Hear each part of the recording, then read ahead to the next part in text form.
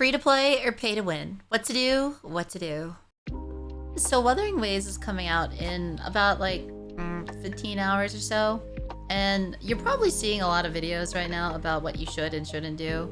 And rather than tell you exactly what you should or shouldn't do, I'm just going to tell you what I'm going to do. And we're going to start off with whether I'm going to be free to play, battle pass monthly only, or pay to win. And honestly, it's really going to come down to in the moment decisions. As of right now, I'm definitely not going to be pay to win. I might do monthly and battle pass in the future, but as of right now, I'm gonna try and be F2P as long as possible. I'm not gonna lie, it's gonna be really hard to not get that battle pass because there's a sword in there that I really want. But I'm gonna try my best to not do monthly and not do battle pass. I believe, if I am correct, the battle pass gives like a 7 or 10 pulls extra, I think, if you buy it. And free to play, the monthly pass I think gives 16 or 20 pulls, somewhere around that area. So it's not like make or break for your account, really. Honestly, the battle pass, I really just want it for the weapon and some of the resources, but I'm gonna try and do it as long as possible as full F2P. I've never done a gacha as full free to play before. Usually I end up paying at least a little bit. For Star Rail, I did battle pass and monthly only for the most part until pretty recently. I got given a C6 or E6 Akron by my chat. For this game, I really want to do my best to remain F2P at least for a long while until I'm beating endgame easily. Maybe then I might consider doing something where I just get one copy of all the characters that I want and their weapons. We'll have to see. But as of right now, my plan is to remain free to play. On top of that though, I'm doing a giveaway right now over on my Twitter. The rules for that are on my most recent post. If you would like to get a monthly pass or a battle pass, make sure to join that. Subscribe here, follow me on Twitch, go to my Twitter, follow that, retweet, comment, and I'll be selecting the winners live starting tomorrow. When the game comes out, May 22nd, wuwa comes out. I'll start picking out winners live in my chat. That's where you'll see where the winners are, not on Twitter, but the rules and all that are announced on Twitter. Anyways, back to it. But yeah, I don't think I'm gonna pick the battle pass. I really want that sword. That's the one thing, but I don't think I'm gonna do it. Moving on, the 5-star character selector. So I know a lot of people are gonna pick either Calcharo or Verena. I know Verena is the most meta pick, cause she's a healer and she also buffs. So honestly, of all the characters, I think she will be one of the last ones to get power crept. Out of the standard banner characters, just for the simple fact that on top of healing, she gets a buff, which is always really big. If you guys remember Bennett, she's nowhere near as good as Bennett. But if you guys remember Bennett from Genshin, he gives a really big attack buff. She gives a very small version of that buff. So I don't think she's gonna be like Bailu, where she gets power crept the second a new healer comes out and completely dead, but I don't think she'll be insane like Bennett either. I think she'll be somewhere in between.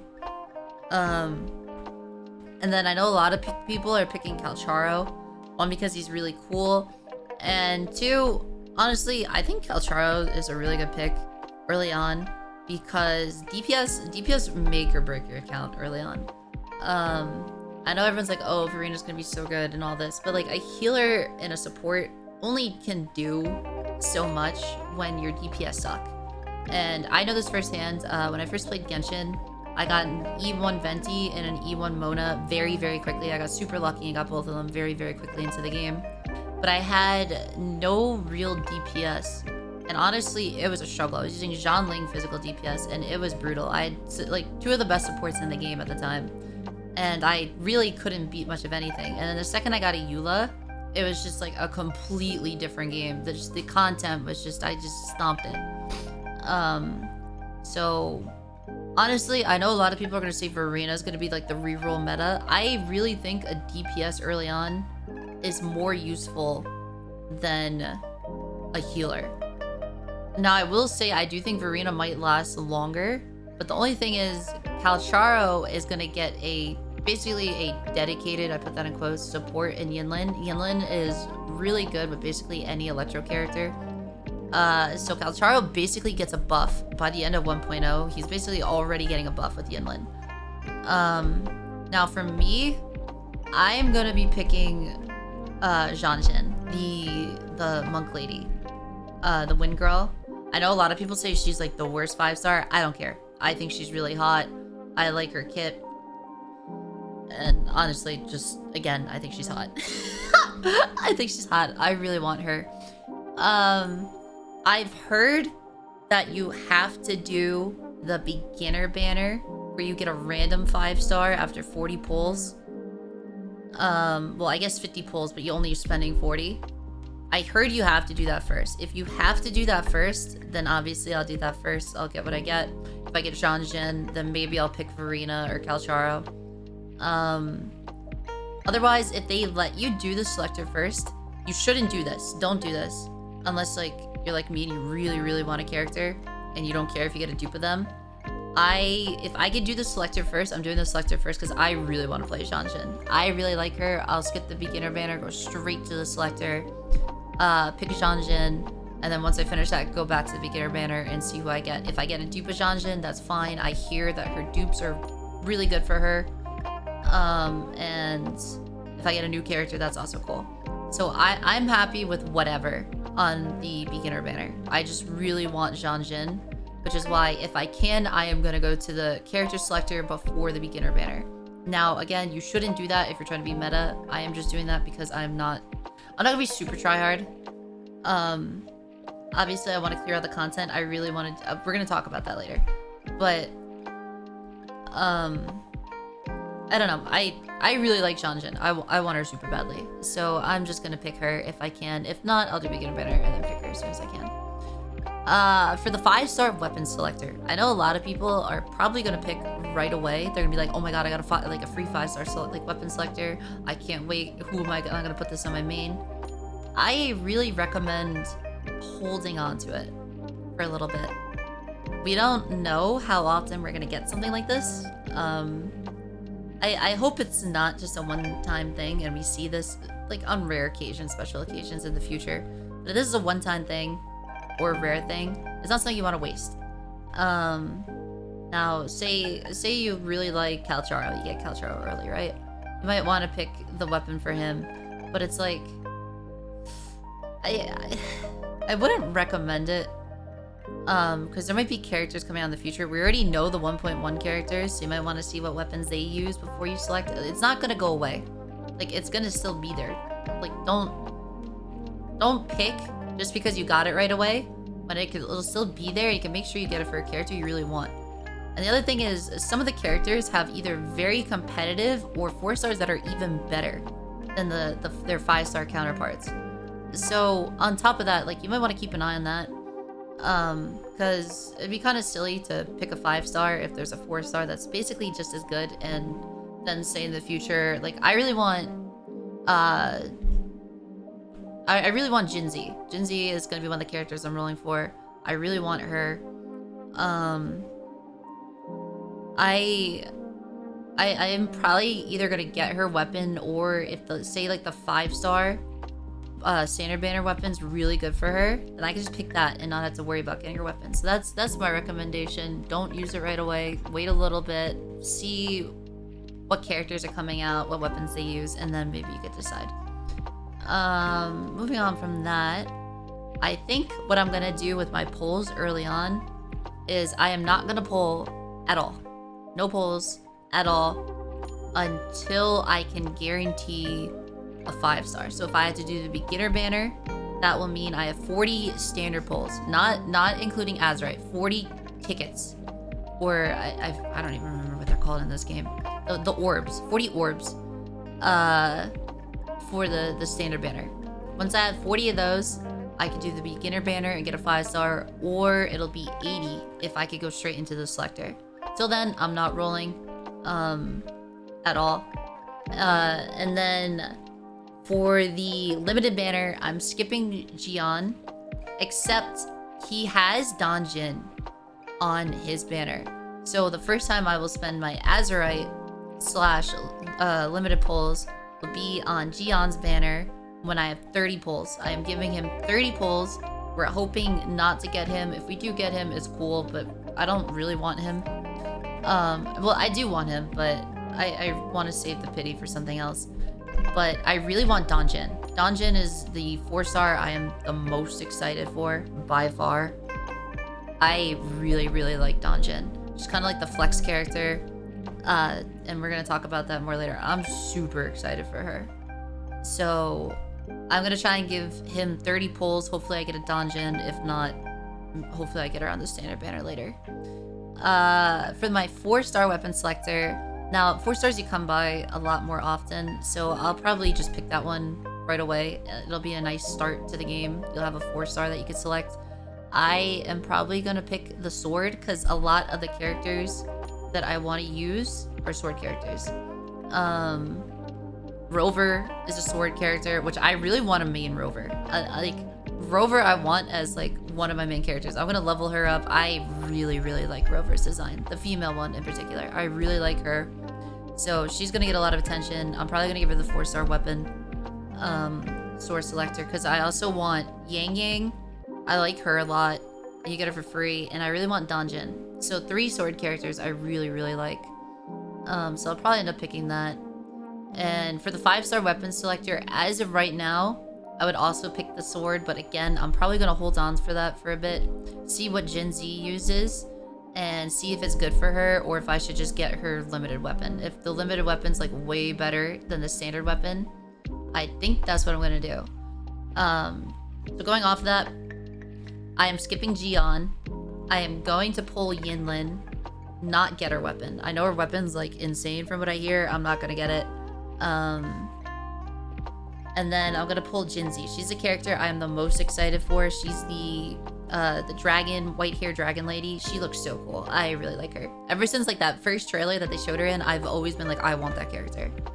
I didn't think they'd come out with her this early, honestly. So I'm super excited for that. And I'm gonna get her and likely her weapon.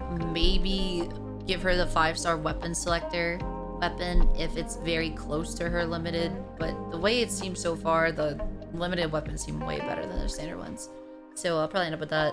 I don't even know what type she is. Like if she's a DPS, I'm definitely getting her weapon. If she's like a healer or support, then maybe I don't get her weapon. And then I might see if I could snipe a Changli. She's really cool, but we're also gonna have to see what comes out in 1.2. But as of right now, the plan is to skip Jian, probably get Yinlin, definitely get Jinzi, probably get her weapon, and see if we get lucky and snipe a Changli. And then plans for like actual gameplay. Obviously we gotta do the story.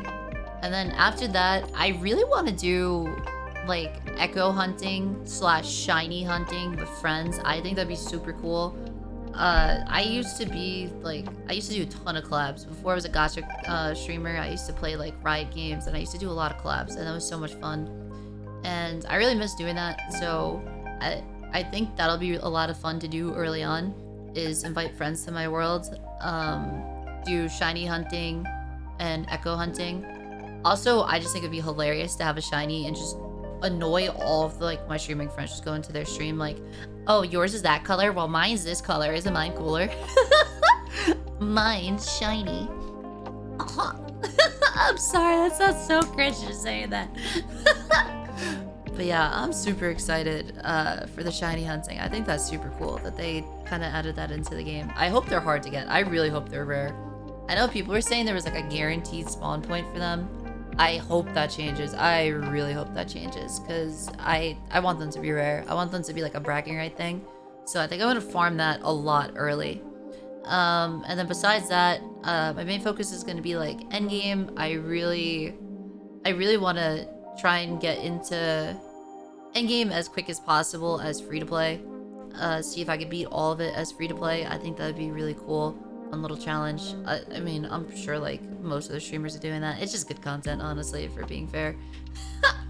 And then speaking of content, my plans moving forward for content after like I finish the story and stuff, and even as I'm doing it, I want to make like simple guides. I know people make like these very complex guides, and there's a lot of like weird terminology in this game. Like I don't even, it's like resonance something is like the ult. I don't even like, dude, just call it the ult. Like it's so much easier for people to understand. Like press Q, hit ult. Like I don't know. I want to make simple guides like that for boss fights, and for characters.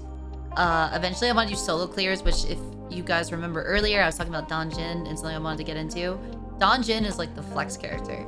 She's kind of like if you ever played Genshin, she's like Hu Tao, or if you ever played Honkai Star Rail, she's like Blade. She drains her own HP to do damage, and she's kind of like the flex character, and that like you're always gonna be super low on HP, so if you get hit once, you die. But she does really good damage, so she's kind of like the flex character. So I really want to do solo clears with her, solo clears with Zhang Jin, which also reminds me, I didn't say this earlier. I think Zhang Jin is a better pick than people are leading on. People are saying like, oh, she's the worst 5-star. I think she's really good for casuals. I hear she makes parrying easier. You also put up a shield, so if you miss the parry, you like don't take as much damage. I believe you can make her a healer. She kind of has like a venti black hole type thing. She's like an all-rounder. I know people say like, oh, she's slow, like her potential damage could be good, but like she's just way too slow and all that. Like I still think she's really good for casuals. Like even if she's technically the worst 5-star, I think she's still a very good casual pick, and I'm pretty sure she could probably beat all of endgame. Honestly, at the end of the day, it's gonna come down to skills, and I think she'll kind of help counteract that if you're not the most skilled player. And then so besides solo clears and simple guides, I'm mostly just gonna give my thoughts and opinions on things, what I think of the game, things I want to see added into the game in the future, things I'm happy about, and I'll probably do like meta takes here and there. It's not like my main content being like hardcore or like a guide maker, but I do like giving my opinion on things. I like talking to you guys, telling you guys like what I think, especially on Twitch. If you guys are really only here on YouTube, you probably don't know this as much, but I'm very like transparent with my thoughts on Twitch. I usually tell people like my plans of content creation, plans in game, all that. I'm pretty open about stuff like that. So I'll probably give my thoughts on the meta here at some point, talk about the tier list, make my own tier list, talk about like characters that I think are good for like free to play, or characters that are good for casuals. Yeah, that's really my plan so far. I really want to play this long term. I really hope this becomes a main staple in my game rotations. Right now, I really only play Honkai on stream, and I would love for this to be another game that I could consistently play on stream. If it doesn't do too great, I mean, I really don't see a world where it doesn't do great, but on the off chance it doesn't do great, I'll probably still play it casually, come back like every 6 months, every 6 weeks, play the story. If there's like a new character, get the new character if I'm interested in them. You know, treat it real casual if it doesn't do great, but I think it's gonna do great, and I think it'll be probably one of the main staples of both my Twitch and my YouTube. I really hope so. Anyways, again, make sure to go check out the giveaway. Come stop by while I'm live. That's when the giveaways are gonna be happening. You're gonna have to be in chat if you want to get the giveaway. And I hope to see you guys in the next video. And good luck in Wuthering Waves. Good luck on your polls. It should be fun. See you boys. Bye!